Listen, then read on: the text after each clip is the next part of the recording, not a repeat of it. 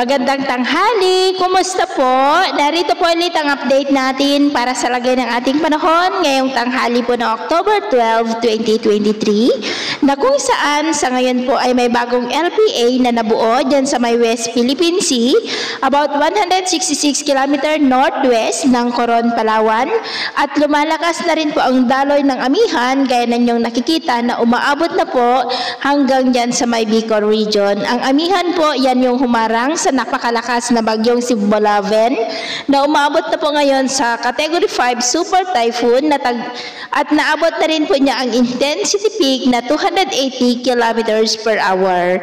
Wala po itong direktang epekto sa ating bansa at gaya ninyong napapansin ay numinipis na rin po ang kaulapan dyan sa silangang bahagi po ng ating bansa. At sa atin naman po ang long range forecast ay wala pa rin naman pong bagyo na nakikita na tatawid dito po sa ating bansa for the next 2 weeks.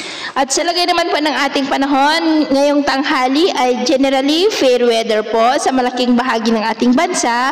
Pero dahil sa amihan ay maula po ang kalangitan na may mga pulupulong pag-ulan dito po sa may Cagayan, Apayao, ilang bahagi ng Isabela, Aurora, Bulacan, Nueva Ecija, Metro Manila, Calabarzon, Bataan, Bicol Region. At dahil naman po sa LPA ay maulap na kalangitan na may mga pulupulong pag-ulan dyan po sa may Mimaropa at maulap na kalangitan rin with isolated rain sa ilang pang bahagi ng Negros, Leyte, ilang bahagi ng Samar, Caraga, Zamboanga Peninsula at Lanao provinces.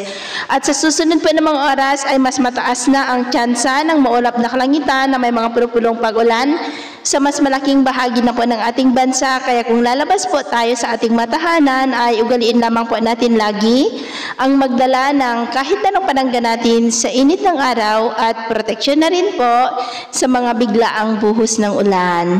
Sa atin naman pong mga baybayin, dahil sa amihan ay matataas na po ang mga alon sa seaboard ng Batanes, Babuyan Islands, Santa Ana, Cagayan, Burgos at Pagudpod ng mga alon ay aabot po sa 2 to 3 meters height. Kaya iwasan muna natin ang papalaot, lalo na po dyan sa mga may kulay pula para mas makaiwas sa mga sakunang pangkaragatan.